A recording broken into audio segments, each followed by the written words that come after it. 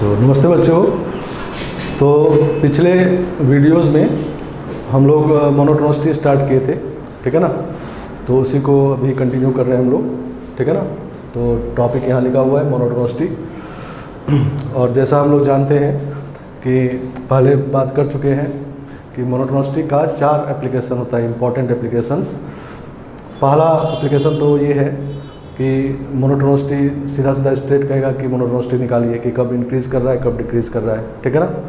कोई फंक्शन किस इंटरवल में इंक्रीज़ कर रहा है और किस इंटरवल में डिक्रीज़ कर रहा है। दूसरा एप्लीकेशन है, इसका यूज़ है 1-1 मिनी-1 फंक्शन चेक करना हो। कोई फंक्शन अगर दिया है और उसको चेक करना है कि 1-1 है या मिनी-1 है, तो वहाँ पर भी मोनोटोनिसिटी यूज़ करते हैं, ठीक है ना। और तीसरा एप्लीकेशन है इक्वेशन के सॉल्यूशन निकालने में, number of solution of equation निकालना हो तो उसमें भी मोनोटोनिसिटी यूज़ करके ग्राफ बना लेते हैं और फिर नंबर ऑफ सॉल्यूशन निकालते हैं, ठीक है ना। और चौथा एप्लीकेशन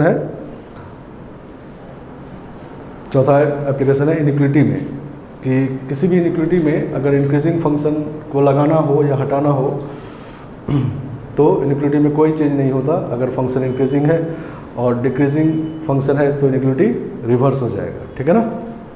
तो हम लोग पहला 2 एप्लीकेशन पे क्वेश्चन किए थे पिछले वीडियो में कि मोनोटोनिसिटी देख लिए और 1-1 मिनी-1 भी चेक करते गए थे, ठीक है ना। तो कुछ और क्वेश्चन उस पर करते हैं, फिर तीसरा चौथा एप्लीकेशन जो है उस पर आगे बढ़ेंगे, ठीक है ना। तो देखो अभी क्वेश्चन लिख रहे हैं।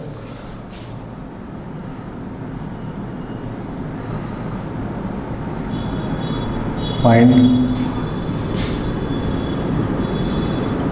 Intervals of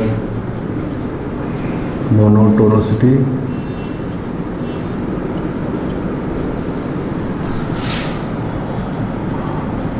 of function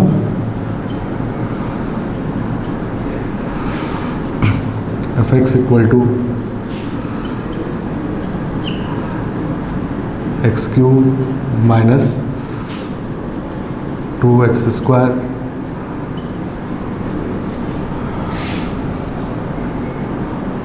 plus 20x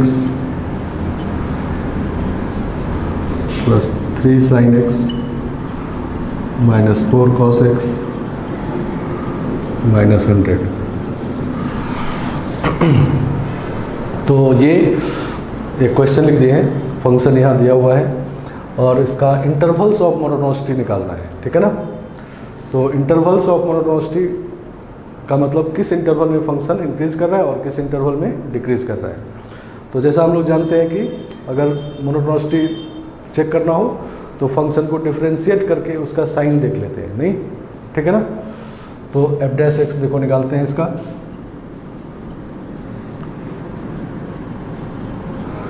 three x² minus 4x plus 20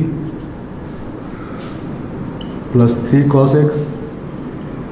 समझ रहे हैं, डिफ्रेंशिएट कर रहे हैं। तो x³ का 3x² हो गया, ये 4x हो गया, नहीं 2 2 = 4x, 20x का 20 हो गया, ये sin x का cos x होता है और ये हो जाएगा माइनस sin x तो प्लस हो जाएगा, ये 4 sin x, ठीक है ना।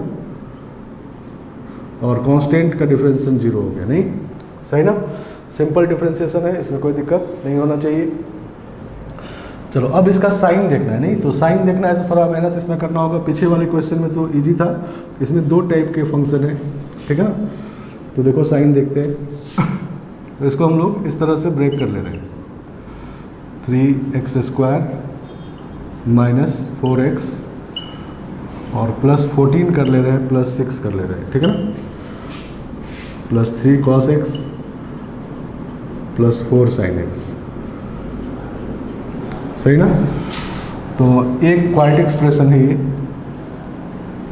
ठीक है ना, और एक ये वाला फंक्शन है। दोनों का अलग अलग साइन देखते हैं। तो ये क्वाड्रेटिक एक्सप्रेशन का रेंज निकाल लेते हैं या इसका डिस्क्रिमिनेंट निकाल लेते हैं। ए पॉजिटिव है, डिस्क्रिमिनेंट निकालते हैं। डिस्क्रिमिनेंट निकालेंगे इसमें तो b² मतलब 16 माइनस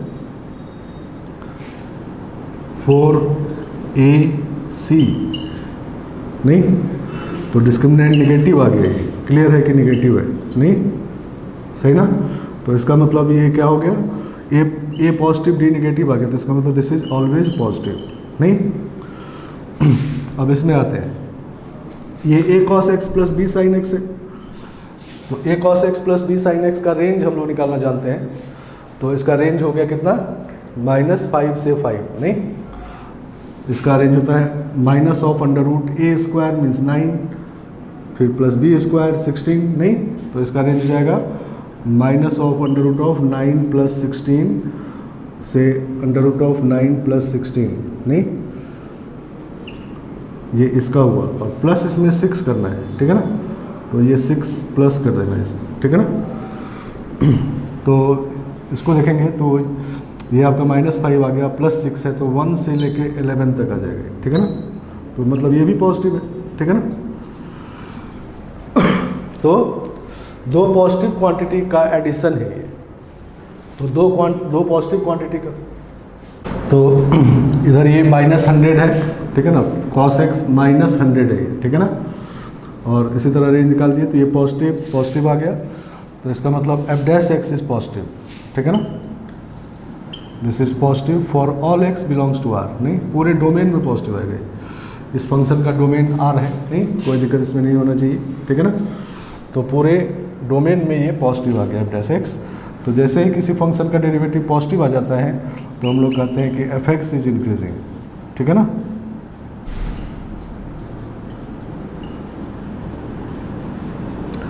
तो इंक्रीजिंग फंक्शन ये हो गया, नहीं। तो इंटरवल, किस इंटरवल में इंक्रीजिंग हुआ, तो पूरे डोमेन में, मतलब -∞ से इन्फिनिटी में, ठीक है ना। इंक्रीजिंग इन द इंटरवल -∞ से +∞, ठीक है ना। और ये बात हम लोग पहले से जानते हैं कि कोई फंक्शन अगर इंक्रीजिंग है तो इसका मतलब मोनोटोनिक है, और मोनोटोनिक है तो 1 1 है, ठीक है ना, समझ गए आप।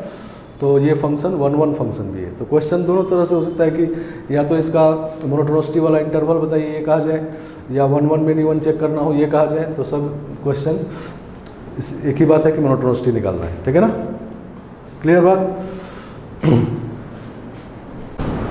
तो एक और एग्जाम्पल हम लोग देखते हैं, ठीक है ना। देखो क्वेश्चन ये, late f(x)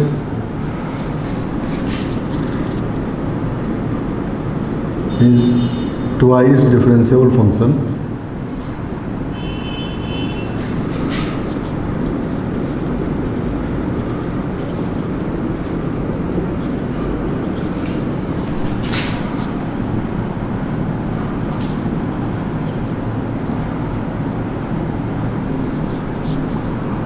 twice differentiable function such that f'(x) is negative for all x belongs to R,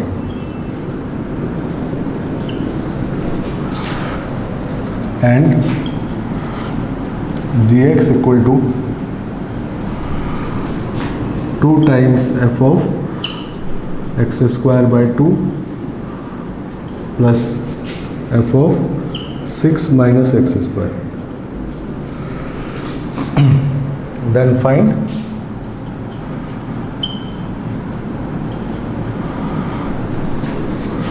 monotonicity of gx.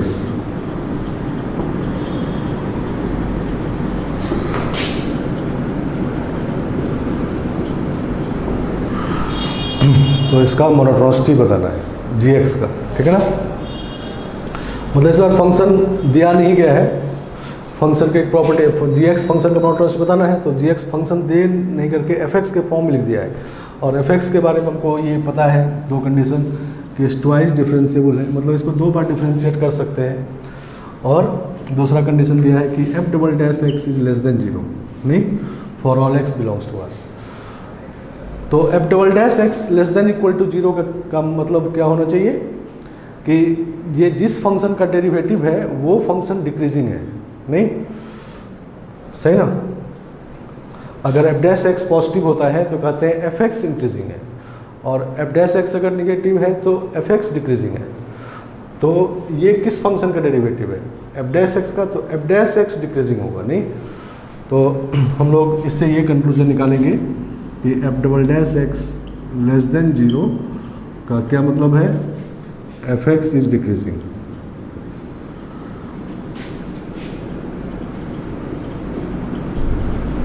For all x belongs to R, मतलब f dash x function decreasing है हमेशा for all x belongs to R, ठीक है ना। अब इसको use करके हम लोग जी एक्स का मोनोटोनिसिटी बताना है, ठीक है ना। तो जी एक्स का मोनोटोनिसिटी मतलब जी डैश एक्स का साइन, ठीक है ना। तो जी डैश एक्स निकालते हैं इधर, क्लियर। जब भी किसी फंक्शन का मोनोटोनिसिटी बताना होगा, चाहे फंक्शन किसी भी फॉर्म में लिखा रहे, उसके डेरिवेटिव का साइन देख लेंगे, ठीक है ना, समझ गए बात। तो जी डैश एक्स निकाल रहे हैं हम लोग, तो 2 times F dash of x square by 2, और फिर अंदर वाले को डिफ्रेंशिएट करेंगे तो 2x/2, इसको चेन रूल कहते हैं नहीं। पहले बाहर वाले f को डिफ्रेंशिएट किए, फिर अंदर वाले को, तो 2x/2, और प्लस इधर भी इसी तरह से F dash of 6 minus x square, और फिर अंदर में करेंगे तो इसका होगा 0 माइनस 2x, क्लियर। तो एफ डैश एक्स जी डैश एक्स निकाल लिए हम लोग, इसको थोड़ा सिंप्लीफाई करते हैं तो 2x कॉमन आ जाएगा, दोनों में है, तो ये हो जाएगा F dash of x square by 2,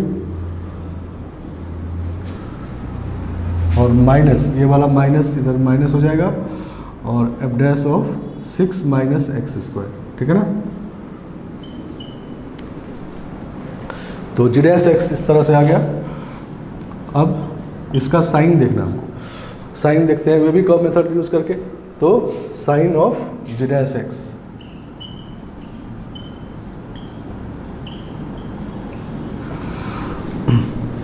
तो पहले इस वाले फैक्टर को 0 करेंगे तो x का वैल्यू 0 आएगा, 0 आएगा, ठीक है ना।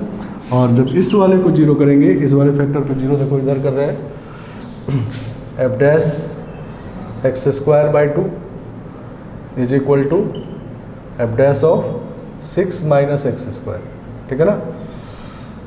तो इसका सॉल्यूशन क्या होना चाहिए, x square by 2 equal to 6 minus x square, नहीं। जब भी fx1 इक्वल टू fx2 होता है तो एक सॉल्यूशन ये होता ही है। इसके अलावा सॉल्यूशन कब होता है, इसके अलावा सॉल्यूशन तब होता है जब फंक्शन मेनी वन होता है, नहीं। एफ डैश एक्स फंक्शन अगर मेनी वन होता तो इसके अलावा भी और सॉल्यूशन होता, पीछे हम लोग पढ़ चुके हैं एक बार। तो इस केस में अब हम लोग को चेक करना है कि इसका और सॉल्यूशन होगा कि नहीं, मतलब एफ डैश एक्स 1 है या मेनी वन है। तो f dash x decreasing function होता है, नहीं, डिक्रीजिंग फंक्शन हो गया, ये लिखा हुआ है हमारे पास। तो इसका मतलब एफ डैश एक्स 1 है, नहीं, समझ गया। तो as f dash x is 1,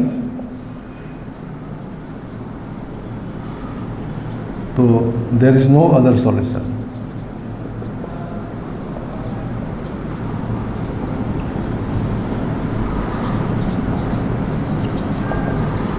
तो इसके अलावा और कोई सॉल्यूशन नहीं होगा, नहीं, समझ गया। तो अब इसको सॉल्व करते हैं। तो जब इसको सॉल्व करेंगे तो एक्स स्क्वायर का वैल्यू 4 आ जाएगा, सॉल्व कर लेंगे, एक्स का वैल्यू प्लस माइनस 2 आ जाएगा, ठीक है ना। तो 2 वैल्यू और आ गए यहाँ पर, -2 और 2, क्लियर। अब हम लोगों को कोई भी x का एक वैल्यू लेकर के साइन देखना है, फिर अल्टरनेट पॉजिटिव नेगेटिव जो वेबी कर्व में यूज़ करते हैं, ठीक है ना। तो हम लोग x का वैल्यू मान लेते हैं 3 ले लिए, x का वैल्यू 3 इधर है, नहीं, तो 3 लेंगे तो ये पॉजिटिव आएगा, जी डैश x जो आएगा वो बाहर में पॉजिटिव रहेगा, और अंदर में रहेगा F dash of 9/2 minus F dash of -3, सही ना। तो ये तो पॉजिटिव है, अब ये विचार करना है कि ये पॉजिटिव है नेगेटिव है, ठीक है ना। तो डिक्रीजिंग फंक्शन था, F dash x decreasing function है, तो डिक्रीजिंग फंक्शन में क्या होता है कि छोटे x पे बड़ा वैल्यू होता है, मतलब ये छोटा वाला x है तो बड़ा वैल्यू होगा ये वाला, नहीं, और ये बड़ा x है तो ये वैल्यू छोटा होगा, तो नेगेटिव आएगा ये, ठीक है ना। तो इधर अब नेगेटिव साइन हो गया, इधर पॉजिटिव साइन, इधर नेगेटिव, इधर पॉजिटिव, ठीक है ना। तो इस तरह से g' का हम लोग साइन देख लिए, नहीं, और अब मोनोटोनिसिटी लिख देते हैं, इसको इरेज कर रहे हैं।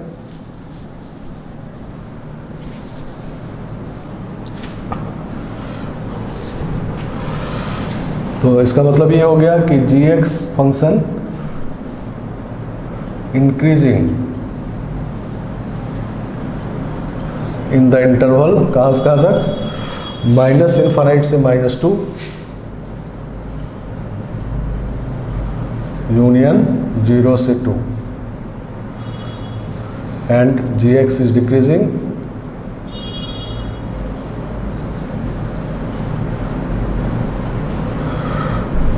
इन द इंटरवल कहाँ से कहाँ तक, तो -2 से 0 यूनियन 2 से इनफाइनाइट। ये क्लोज कैसे करते हैं ये भी बताए थे पिछले क्लास में कि सिर्फ पॉइंट पे 0 हो रहा है तो इंक्रीजिंग में या डिक्रीजिंग में रखेंगे, अगर इंटरवल में होता है तब इसको इंक्रीजिंग डिक्रीजिंग में रख के नॉन डिक्रीजिंग या नॉन इंक्रीजिंग में रखते हैं, ठीक है ना। तो ये क्वेश्चन, मतलब कुल मिला के बात ये है कि कोई भी क्वेश्चन हो, मोनोटोनिसिटी चेक अगर करना है, ठीक है ना, तो उसको उसके डेरिवेटिव का साइन देखना है, नहीं, और यहाँ पर बिल्कुल भी कंफ्यूजन नहीं होना चाहिए। दो बात है, एक फंक्शन एक उसका डेरिवेटिव, साइन देखते हैं डेरिवेटिव का, और मोनोटोनिसिटी करते हैं हम लोग फंक्शन का gx का, नहीं। और अब इसके बारे में पूछा जाए 1 1 मिनी 1, तो ये पूरा फंक्शन देखेंगे तो नॉन मोनोटोनिक है, इंक्रीज भी कर रहा है डिक्रीज भी कर रहा है, और कंटिन्यूअस फंक्शन है ये, ठीक है ना, क्योंकि डिफरेंशिएबल है तो कंटिन्यूअस भी होगा। तो इसका मतलब नॉन मोनोटोनिक कंटिन्यूअस है फंक्शन है gx, तो इसका मतलब ये मिनी 1 फंक्शन है, नहीं, समझ गया। तो अगर 1 1 मिनी 1 क्वेश्चन होता तो मिनी 1 फंक्शन है, और मोनोटोनिसिटी क्वेश्चन ऐसा आया हुआ है बहुत बार, ठीक है ना। तो इस तरह से इसका मोनोटोनिसिटी देखिए, ठीक है। चलो, कुछ क्वेश्चन रिवर्स होते हैं, ठीक है ना, मतलब पहले ही कह दिया कि फंक्शन 1 1 है या इंक्रीजिंग है तो लैम्डा बताइए, ठीक है ना। तो चलो उस तरह क्वेश्चन करते हैं।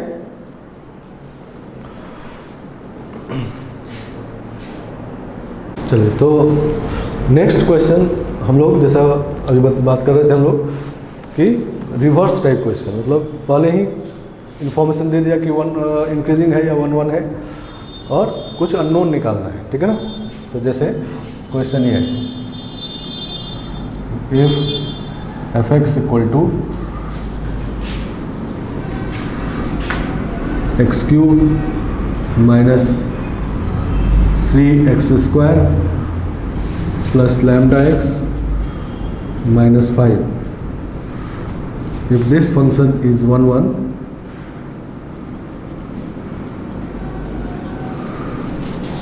पूरे डोमेन में 1 1 है, ठीक है ना, इसमें डोमेन स्पेसिफाइड नहीं है, इसका मतलब नेचुरल डोमेन है, ठीक है ना।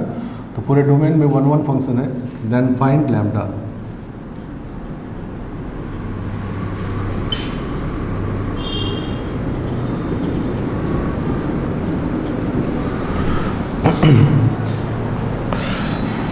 तो पॉलिनोमियल फंक्शन है, 1 1 है, 1 1 का मतलब ये मोनोटोनिक रहा होगा, या तो हमेशा इंक्रीज कर रहा होगा या हमेशा डिक्रीज कर रहा होगा।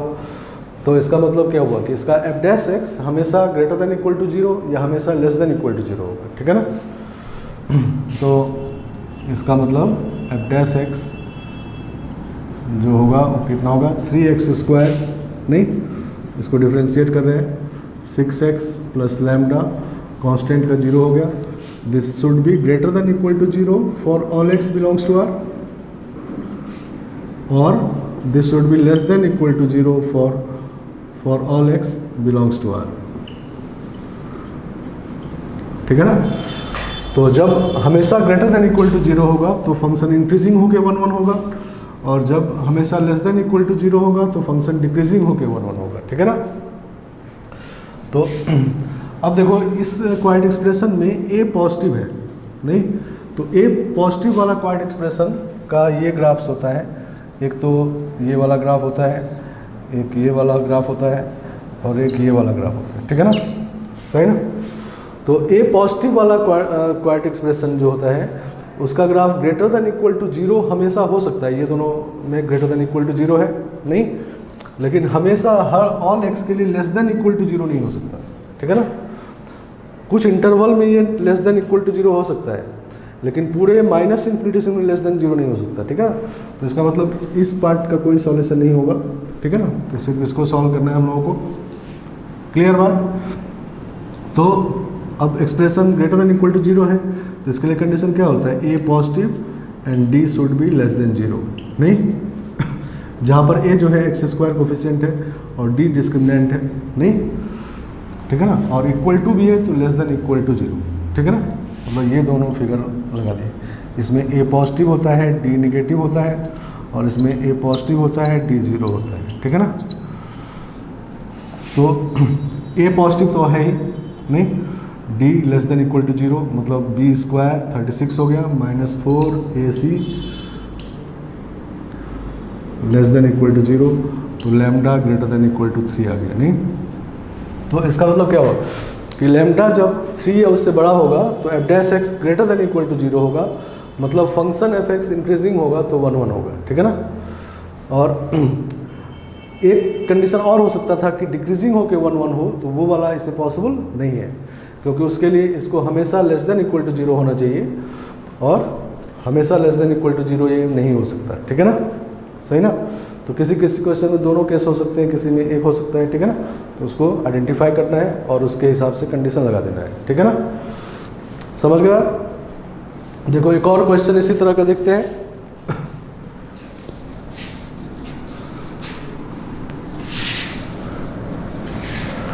If f x equal to lambda x plus cos x is 1 1 function,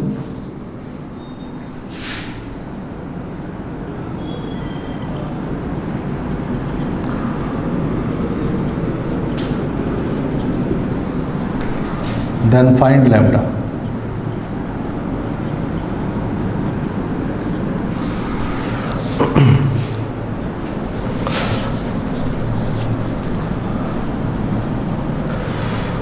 चलो, तो अब सिमिलर क्वेश्चन ये है, इसमें भी लैम्डा बताना है, इसके लिए 1 1 हो जाए। 1 1 होने का फिर से वही मतलब कि एफ डैश एक्स या तो हमेशा greater than equal to zero हो जाए या हमेशा less than equal to zero हो जाए, ठीक है ना, क्लियर बात है। तो हम लोग एफ डैश एक्स देखो निकालते हैं।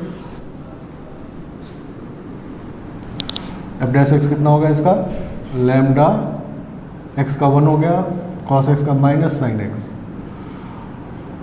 अब या तो ये हमेशा greater than equal to zero हो जाए तो इंक्रीजिंग होके 1 1 होगा, और यह हमेशा less than equal to zero हो जाए तो डिक्रीजिंग होके भी 1 1 होगा, नहीं, क्योंकि 1 1 फंक्शन दोनों होते हैं, या तो हमेशा इंक्रीज करे या हमेशा डिक्रीज करे, दोनों ही 1 1 होते हैं। चलो अब लैम्डा निकालना है इसमें। तो जैसा कि हम लोग जानते हैं कि साइन एक्स का वैल्यू -1 से 1 होता है, नहीं, तो इस एफ डैश एक्स का वैल्यू कहाँ से कहाँ तक होगा, एफ डैश एक्स का वैल्यू होगा कहाँ से कहाँ तक, लैम्डा -1 से लैम्डा +1, नहीं, सही ना। तो एफ डैश एक्स का वैल्यू जब इसको -1 रख देंगे तो मैक्सिमम होगा, तो मैक्सिमम उधर चला गया, और 1 रखेंगे तो मिनिमम तो इधर हो गया, नहीं। अब अगर एफ डैश एक्स को greater than equal to zero होना है तो for f dash x greater than equal to zero for all x belongs to R, तो ये वाला quantity greater than equal to zero हो जाना चाहिए, ठीक है ना, क्योंकि इससे बड़ा है तो ये भी हो जाएगा, नहीं। तो इसका मतलब lambda -1 greater than equal to zero, तो lambda greater than equal to 1, ठीक है ना, क्लियर। और एफ डैश एक्स अगर less than equal to zero होना हो for all x belongs to R,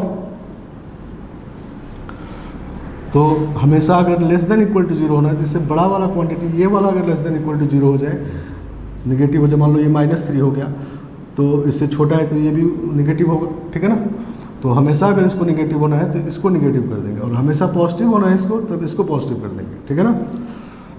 तो lambda +1 should be less than equal to zero, तो lambda less than equal to -1, ठीक है ना। तो इसका मतलब सॉल्यूशन क्या हुआ इसका कि lambda belongs to minus infinite से -1 और 1 से इन्फानाइट। नहीं, मतलब अगर लैम्डा का वैल्यू ये सब रखेंगे तो फंक्शन fx 1 1 हो जाएगा। इस वाले इंटरवल में रखेंगे तो डिक्रीजिंग होके 1 1 होगा, और इस वाले इंटरवल में रखेंगे तो इंक्रीजिंग होके 1 1 होगा। नहीं, अगर यही क्वेश्चन पूछा जाता कि ये फंक्शन लैम्डा बताइए कि फंक्शन इंक्रीजिंग हो, तो इंक्रीजिंग हो तो सिर्फ ये वाला कंडीशन लगाते हैं, नहीं तो ये आंसर आता lambda greater than equal to 1। कहा जाता डिक्रीजिंग हो तो ये लगाते, नहीं, ठीक है ना।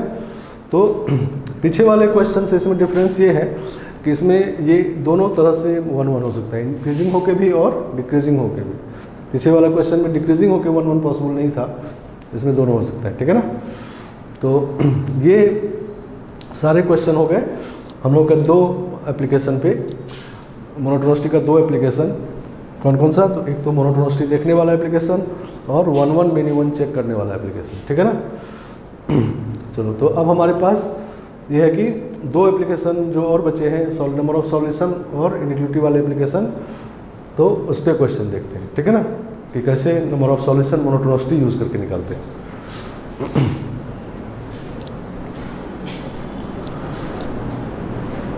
तो application of monotonicity,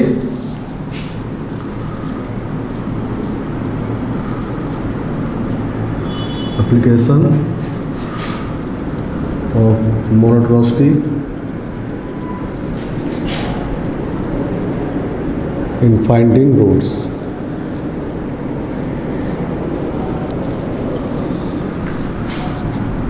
number of solution और रूट्स, ठीक है ना, ऑफ एन इक्वेशन।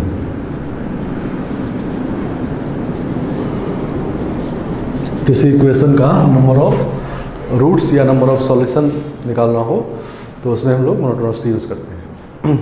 तो क्या करते हैं मोनोटोनिसिटी यूज़, तो ये समझते पहले। तो जैसे पीछे भी हम लोग ग्राफ बना के नंबर ऑफ सॉल्यूशन निकाले, नहीं, जब डिफरेंट टाइप फंक्शन थे तो दोनों ग्राफ बना दिए निकाले, या कभी कभी एक ही टाइप फंक्शन था तो ग्राफ ड्रॉ करके एक्स एक्सिस साथ इंटरसेक्शन देख लिए तो सॉल्यूशन आ गया। नहीं, तो मतलब ग्राफ जब पता था तो बना दिए। अब क्या है कि मोनोटोनिसिटी देख करके पहले ग्राफ बनाना है और फिर आगे काम उसी तरह करना है, ठीक है ना। मतलब ग्राफ बनाने में मोनोटोनिसिटी यूज़ करना है। मान लो बहुत सारा ग्राफ नहीं बना पाएंगे जितना अभी तक पढ़े हैं उसके हेल्प से, तो हम लोग ग्राफ बनाने में मोनोटोनिसिटी यूज़ करेंगे और फिर नंबर ऑफ सॉल्यूशन पीछे जैसे देखते हैं वैसे देखेंगे, ठीक है ना। तो जैसे क्वेश्चन ये है, क्वेश्चन समझते देखो, if alpha beta gamma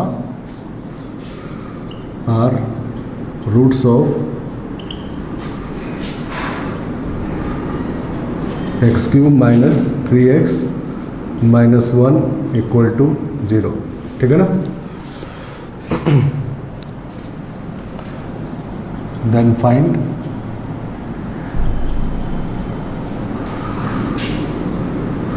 greatest year of alpha plus greatest year of beta plus greatest year of gamma.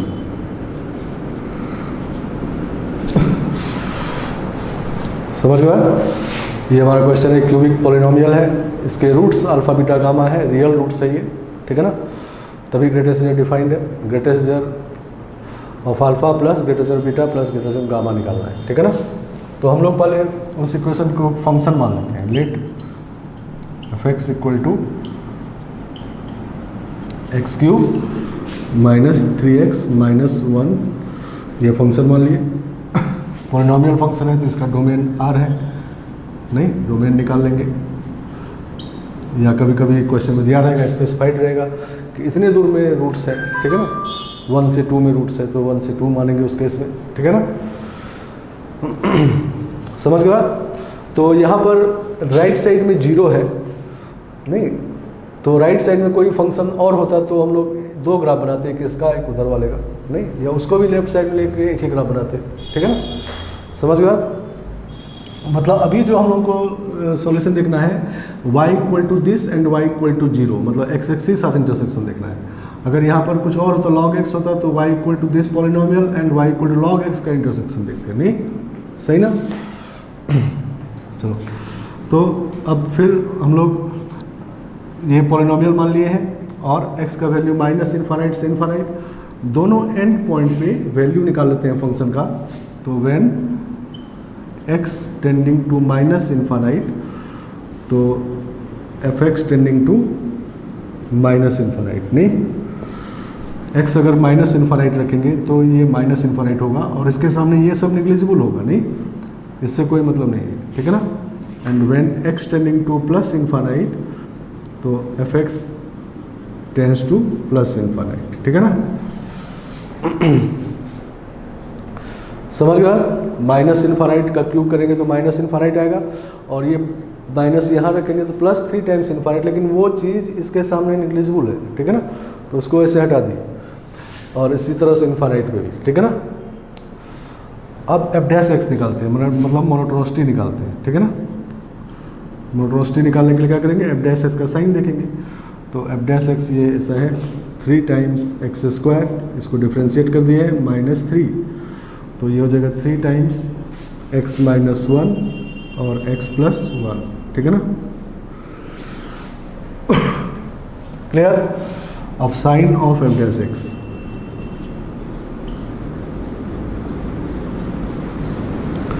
F dash x का साइन देखना यहाँ इजी है, बेबी कब से देख सकते हैं, -1 1, आगे में पॉजिटिव होगा, क्लियर है, नेगेटिव पॉजिटिव, ठीक है ना। एफ डैश एक्स का साइन है, एफ एक्स का साइन नहीं है।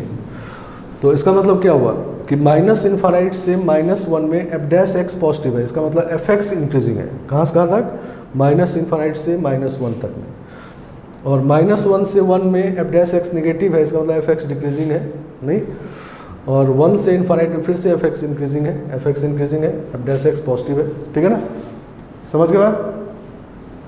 तो एफ डैश का साइन इजीली मिल गया। अब ये जो पॉइंट्स है जहाँ पर साइन चेंज हुआ है वहाँ पर फंक्शन का वैल्यू भी निकाल लेते हैं। तो एफ ऑफ -1 निकालेंगे, एफ ऑफ -1, एफ डैश -1 नहीं है, एफ ऑफ -1। यहाँ पर हमेशा कोई कन्फ्यूजन नहीं चाहिए, दो चीज़ें है, एफ एक्स है, एफ डैश एक्स है, ठीक है ना। तो कुछ चीज़ एफ एक्स का देखेंगे, कुछ एफ डैश एक्स का देखेंगे। एफ डैश का साइन देखे और वैल्यू एफ एक्स का निकाल रहे हैं, ठीक है ना। एफ ऑफ -1 कितना आएगा, तो -1 + 3 -1 तो 1 आ जाएगा, और एफ ऑफ 1 निकालेंगे तो -3 आ जाएगा, ठीक है ना। तो अब इतने इन्फॉर्मेशन को ग्राफ में दिखा देते हैं। देखो जैसे जो बात है इसमें, ये सारा चीज़ ग्राफ में दिखाना है, एफ एक्स का ग्राफ बना रहे हैं, ठीक है ना। तो पहले माइनस इनफाइनाइट से स्टार्ट करते हैं। तो माइनस इनफाइनाइट जब एक्स रहेगा तो एफ एक्स माइनस इनफाइनाइट होगा, तो मतलब इधर थर्ड क्वाड्रेंट में नहीं, सही ना। और उसके बाद फंक्शन इंक्रीजिंग है क्योंकि एफ डैश एक्स पॉजिटिव है, कहाँ तक इंक्रीजिंग है, -1 तक, नहीं, तो -1 तक ये इंक्रीज करता हुआ जाएगा। अब ये -1 तक इंक्रीज करेगा तो ऊपर भी जा सकता है, नीचे भी जा सकता है, नहीं, तो इसीलिए -1 पे वैल्यू निकाल लेंगे। तो -1 का वैल्यू 1 है, नहीं, समझ गया। तो इसका मतलब ये ग्राफ ये वाला नहीं होना चाहिए, इस तरह से -1 तक आएगा। -1 पे कितना वैल्यू मिल जा रहा है, 1, और उसके बाद डिक्रीजिंग है, -1 के बाद डिक्रीजिंग है, 1 तक डिक्रीजिंग मतलब नीचे आएगा, नहीं, और 0 पे वैल्यू एफ ऑफ 0 -1 है, तो ऐसे निगेटिव एक्स एक्सिस कट करेगा, निगेटिव वाई एक्सिस को, और फिर ऐसे हो गया, नहीं, ये 1 है, 1 पे कितना वैल्यू आया है, -3, तो -3 है, और ये आपका -1 है, ठीक है ना। क्लियर बात है। तो जो बात यहाँ इसमें यहाँ से यहाँ तक लिखा हुआ है, मैथमेटिकली लिखे हैं, उसी को ग्राफिकली यहाँ ड्रॉ कर दिए, ठीक है ना। मतलब एक भी चीज़ वायलेट नहीं होना चाहिए, नहीं, इंक्रीजिंग का मतलब नीचे से ऊपर जाएगा, कहाँ से कहाँ तक, तो माइनस इनफाइनाइट से -1 तक, उसके बाद डिक्रीजिंग मतलब ऊपर से नीचे आएगा, नहीं, अब आप उसको ऊपर नहीं ले जा सकते, ठीक है ना, समझ गया। तो ये ग्राफ बन गया। तो एक्स एक्सिस को ये 3 जगह पे कट किया है, तो यही रूट है आपका अल्फ़ा, ये वाला बीटा और ये वाला गामा, ठीक है ना। तो ये alpha beta gamma 3 real solution आ गए, ये तो कह सकते हैं हम लोग, लेकिन इसका वैल्यू हमेशा नहीं निकाल सकते, ठीक है ना, क्योंकि वैल्यू तो ही 10 ट्रायल्स से निकलेगा फैक्टराइज करके नहीं, तो हर जगह वैल्यू निकालना पॉसिबल नहीं है। लेकिन हाँ इंटरवल कर सकते हैं, जैसे बीटा का वैल्यू -1 से 0 में है, ठीक है ना, ठीक है ना। हमको हमारा क्वेश्चन था ग्रेटेस्ट ज़ीरो बीटा निकालना या अल्फ़ा निकालना, इसके लिए बीटा एग्जैक्ट निकालने की कोई ज़रूरत नहीं है, इंटरवल पता हो जाए तो निकल जाएगा ही। तो वही बात है, तो -1 से 0 में बीटा है, तो ग्रेटेस्ट ज़ीरो बीटा हो जाएगा -1 नहीं। सिमिलरली अल्फ़ा जो है -1 से छोटा है, अब -1 से छोटे का ग्रेटेस्ट ज़ीरो क्या क्या हो सकता है, -2 भी हो सकता है, -3 भी हो सकता है, तो उसके लिए हम लोगों को इधर पता करना होगा कोई नंबर, ठीक है ना। तो -2 पे देखते हैं, तो f ऑफ -2 जब निकालेंगे, f ऑफ -2 निकालते इधर, तो -8 + 6 - 1,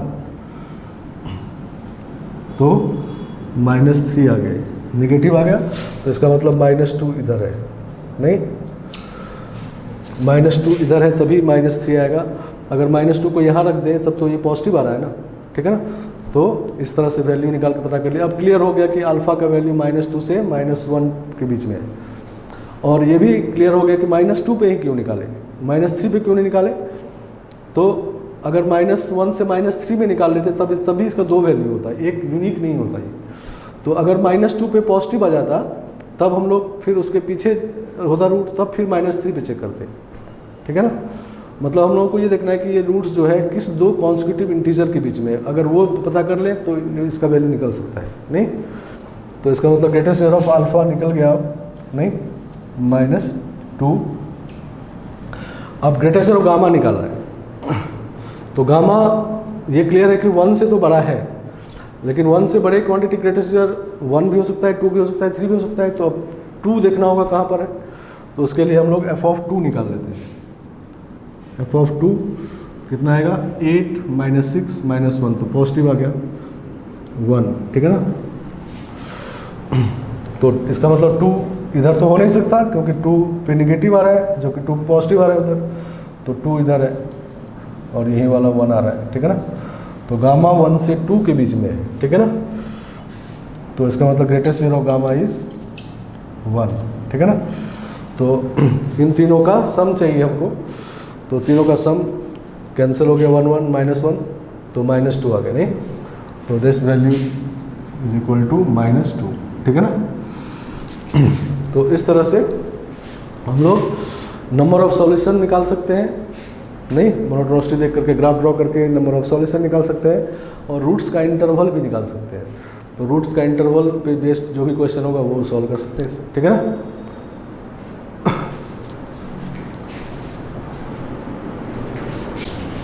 चलो, तो हम लोग application of monotonicity in finding number of solution कर रहे हैं। चलो दूसरा एग्जाम्पल दें।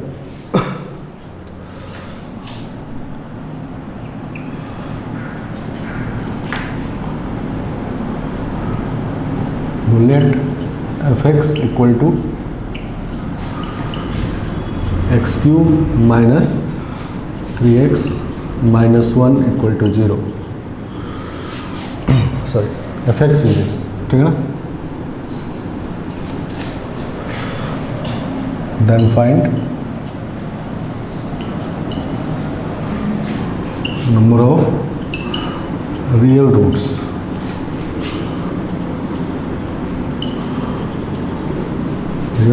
of equation f of f(x) equal to 0।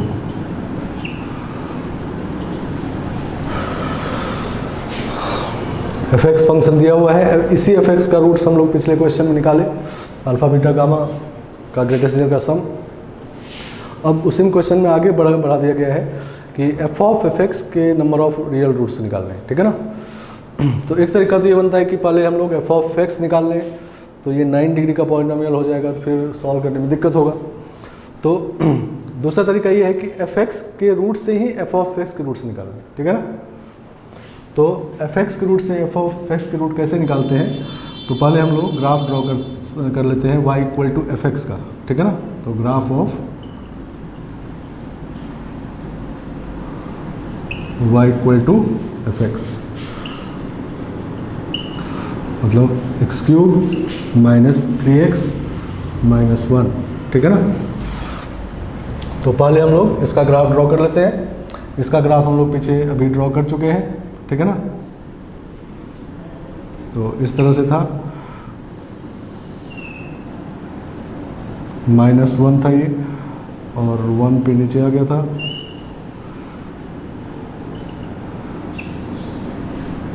One पे -3 है ये, और 1 पे आ गया था 1, 0 पे -1 ये था, और अल्फ़ा बीटा गामा ये रूट्स है, सही ना। हम लोग ये भी निकाल लिए थे कि अल्फ़ा का वैल्यू -2 से -1 में है, बीटा का वैल्यू -1 से 0 में है, और गामा का वैल्यू 1 से 2 में है, नहीं।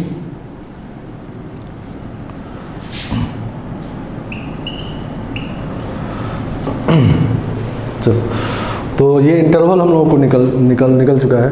तो ये तो एफ एक्स का ग्राफ है, नहीं, एफ एक्स ग्राफ है। अब आते हैं एफ ऑफ एक्स के, ठीक है ना। तो ये बात देखो, एफ एक्स का रूट्स है अल्फ़ा बीटा गामा, नहीं, इसका मतलब क्या है कि एफ अल्फ़ा 0 है, एफ बीटा भी 0 है, और एफ गामा भी 0 है, ठीक है ना, ठीक है ना। Alpha beta gamma F x का रूट है, तो इसका मतलब एफ ऑफ अल्फ़ा 0 आएगा, रूट्स में ऐसा प्रॉपर्टी होता है, ठीक है ना। अब हम लोगों को पूछा गया है कि f of f x equal to 0 के रूट्स के बारे में। तो ये पूरा 0 तब होगा जब ये वाला चीज़ अल्फ़ा हो जाएगा, या बीटा हो जाएगा, या गामा हो जाएगा, ठीक है ना, समझ गया। नहीं, अगर ये अल्फ़ा हो जाएगा तो एफ ऑफ अल्फ़ा 0 हो जाएगा। इसी तरह जब जब ये बीटा हो जाएगा तो एफ ऑफ बीटा 0 हो जाएगा, जब जब ये गामा हो जाएगा तो एफ ऑफ गामा 0 हो जाएगा। इसका मतलब हम लोग को क्या करना है कि f x equal to alpha कितनी बार हुआ, और कितनी बार बीटा हुआ, और कितनी बार गामा हुआ, वही सारे एक्स के वैल्यू एफ ऑफ एक्स के रूट्स होंगे, ठीक है ना। तो इसके रूट्स निकालने के लिए हम लोग सॉल्व कर लेंगे f x equal to alpha को, और f x equal to beta को, और f x equal to gamma को, ठीक है ना, सही ना। तो इस इक्वेशन के मान लो सपोज P सॉल्यूशन है, इसके Q सॉल्यूशन है, इसके R सॉल्यूशन है, तो सबको ऐड कर देंगे तो P plus Q plus R solutions हो जाएंगे, ठीक है ना। नहीं तो क्योंकि जब जब ये वैल्यू अल्फ़ा आएगा तो एफ अल्फ़ा 0 होगा, तो जिस जिस एक्स के लिए अल्फ़ा आएगा वो सारा एक्स इसका रूट हो जाएगा। उसी तरह जिस जिस एक्स के लिए ये बीटा आएगा वो सारा इसका रूट हो जाएगा, और जिस गामा आएगा तो इसका रूट हो जाएगा, ठीक है ना। तो हम लोगों को इन तीनों को अब सॉल्व करना है, ठीक है ना, कि इसके कितने कितने रूट्स हैं और सबको ऐड कर लेना है, ठीक है ना। तो इसको सॉल्व करने के लिए y equal to f x तो ड्रॉ किया हुआ है, नहीं, ये y equal to f x draw किया हुआ है, और y इक्वल टू अल्फ़ा को अब ड्रॉ कर देते हैं और देखते हैं कितनी बार इंटरसेक्ट कर रहा है, नहीं। तो y इक्वल टू अल्फ़ा मतलब एक्स एक्सिस के पैरेलल लाइन, लेकिन कहाँ बनाना है, तो -2 से -1 में, अल्फ़ा का वैल्यू -2 से -1 है, मतलब -2 से -1, यहाँ ये -2 है, इसके बीच में है, नहीं, ऐसा है, नहीं, ये है y इक्वल टू अल्फ़ा। तो कितनी बार कट किया, तो 3 बार कट कर दिए ये, नहीं। तो इसका मतलब इस इक्वेशन के 3 सॉल्यूशन हो गए, ठीक है ना। उसी तरह से बीटा का वैल्यू -1 से 0 गए, तो y इक्वल टू बीटा जब ड्रॉ करेंगे तो -1 से 0 इसके बीच में ड्रॉ करना है y इक्वल टू बीटा, नहीं, सही ना। बीटा का वैल्यू -1 से 0 में मतलब सपोज मान लो -1/2 है, तो y इक्वल टू -1/2 ड्रॉ करेंगे, तो यहीं पर ड्रॉ करेंगे, नहीं। तो ये y इक्वल टू बीटा है, तो ये भी 3 बार कट कर दिया, तो इसके भी 3 रूट्स हो गए, नहीं। और गामा का वैल्यू 1 से बड़ा है, 2 से छोटा है, तो जब y equal to gamma draw करेंगे तो 1 से बड़ा मतलब 3/2 सपोज कर लो, तो 3/2 इससे ऊपर होगा, तो यहाँ पर y इक्वल टू गामा होगा, नहीं, सही ना। तो ये एक ही बार कट करेगा, तो इसके एक ही रूट्स, ठीक है ना। तो एफ ऑफ एफ एक्स के कितने रूट्स हो गए, तो 7 रूट्स, टोटल रूट्स 7 हो गया, 3 + 3 + 1 7 रूट्स, मतलब 7 जगह पे 7 एक्स के लिए एफ एक्स का वैल्यू या तो अल्फ़ा या बीटा या गामा होगा, और जैसे ही ऐसा होगा तो ये वाला 0 हो जाएगा, मतलब वो एक्स का वैल्यू इसका रूट होगा, नहीं, समझ गया। तो नंबर ऑफ रूट्स ये है। और ये हम लोग जानते हैं कि एफ ऑफ एक्स अगर निकाला जाए तो 9 डिग्री का पॉलिनोमियल आएगा, नहीं? तो उसमें से 7 रूट इसके रियल है, इसका मतलब 2 रूट जो है वो नॉन रियल है, ठीक है ना? क्लियर? तो इस तरह से रूट में मोनोटोनिसिटी अप्लाई करते हैं, नहीं? रूट वाले क्वेश्चन में मतलब मोनोटोनिसिटी अप्लाई करने का सेंस ये होता है कि हम लोग एक ग्राफ ड्रॉ कर लिए और रूट उसी तरह देखते हैं, या तो 2 कर्व बना के दोनों का इंटरसेक्शन देखते हैं, या एक कर्व बना के एक्स एक्सिस के साथ इंटरसेक्शन देखते हैं, नहीं? समझ गए आप? चलो एक और क्वेश्चन इस पे करते हैं, देखो, और फिर ये रूट्स वाला एप्लीकेशन के आगे बढ़ेंगे, इनइक्वालिटी वाला application.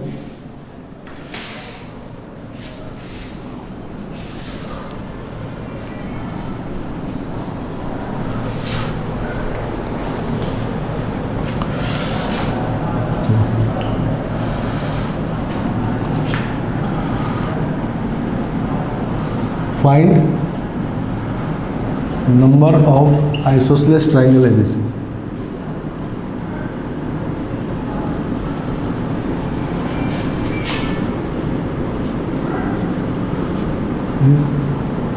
Such that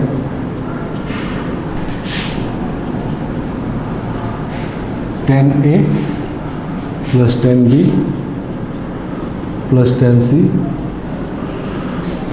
is equal to 100। एक ट्राइंगल ABC और इस तरह से कि tan A plus tan B plus tan C 100 है, तो ऐसे इसमें कितने आइसोसेलेस ट्राइंगल होंगे, ठीक है ना? ऐसे कितने आइसोसेलेस ट्राइंगल होंगे जिसमें ये कंडीशन सेटिस्फाई होगा, ठीक है ना?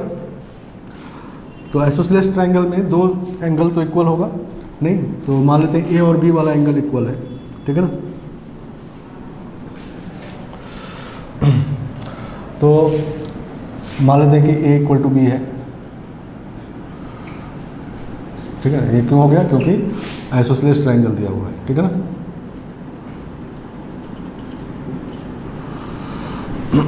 दूसरी बात कि ट्राइंगल में A प्लस बी प्लस सी पाई होता है, और जब भी ऐसा होता है तो tan A plus tan B plus tan C equal to tan A tan B tan C होता है। तो जब ये 100 है तो वो वाला भी 100 होगा, तो tan A plus tan A into tan B into tan C is equal to ये भी 100 होगा, ठीक है ना? ये पहले से पता है, नहीं? समझ गए आप? अब A और B इक्वल पुट कर देते हैं तो ये इक्वेशन बन जाएगा आपका 2 tan A plus tan C, नहीं tan A, ये भी tan A हो गया, तो 2 tan A plus tan C equal to 100। इसको फर्स्ट इक्वेशन करते हैं और tan A tan B इसमें पुट करेंगे तो ये tan स्क्वायर A हो जाएगा और tan C हो जाएगा ये भी 100। दूसरा इक्वेशन करते हैं, ठीक है ना? अब tan A को x मान लेते हैं, let tan A equal to x।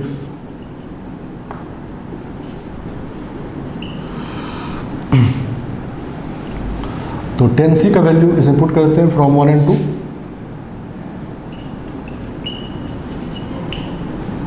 From 1 and 2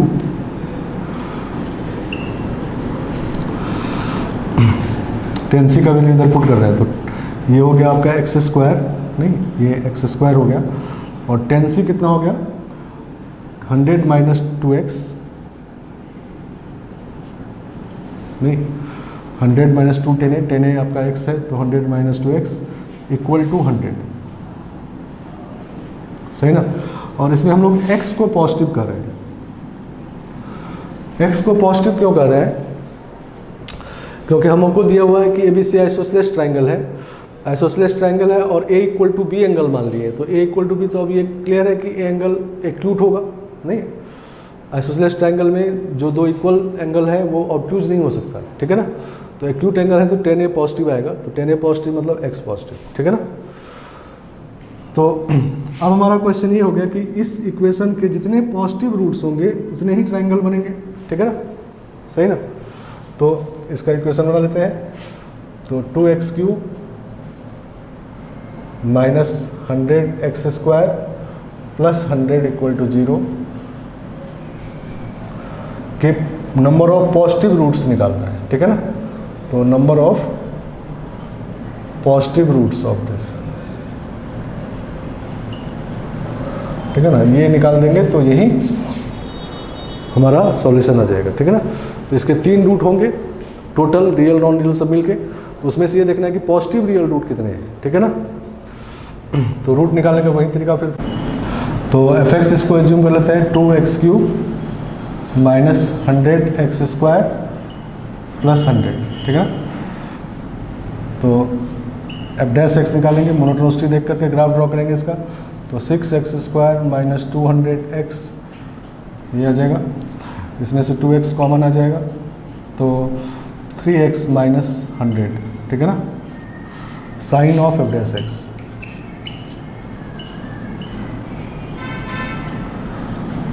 तो 0 और 100/3, पॉजिटिव नेगेटिव पॉजिटिव, नहीं तो अब यहाँ पॉइंट वैल्यू निकालना होगा, नहीं तो f(0) निकालेंगे, f(0) 100 है, और f(100/3) निकालेंगे, तो 100/3 इसमें रख के निकालेंगे, तो पहले x² इसमें कॉमन लेके थोड़ा सिंप्लीफाई कर लेंगे, तो नेगेटिव आ जाएगा, ठीक है ना। क्लियर। तो ग्राफ ड्रॉ कर रहे हैं, देखो यहाँ भी माइनस इन्फानाइट पे माइनस इन्फानाइट है, प्लस इन्फानाइट पे प्लस इन्फानाइट है, तो इस तरह से जाएगा। 0 पे f' 0 हो रहा है, उसके बाद डिक्रीजिंग हो जा रहा है, ठीक है ना। तो 0 पे इस तरह से गया है, 0 पे वैल्यू पॉजिटिव 100 है, ये इसके बाद डिक्रीज कर रहा है 100/3 तक, इसके बाद फिर से इंक्रीज कर रहा है, ठीक है ना, ऐसा हो गया। तो 3 रूट तो इसके हैं, लेकिन पॉजिटिव रूट 2 ही है, ठीक है ना। तो 2 आइसोसेलेस ट्रायंगल होगा, मतलब एंगल ए का 2 वैल्यू होगा, सिमिलरली उसी कोरस्पॉन्डिंग एंगल सी का 2 वैल्यू होगा, ठीक है ना। तो 2 आइसोसेलेस ट्रायंगल ऐसे होंगे जो इन कंडीशन को सेटिस्फाई करेंगे, ठीक है ना।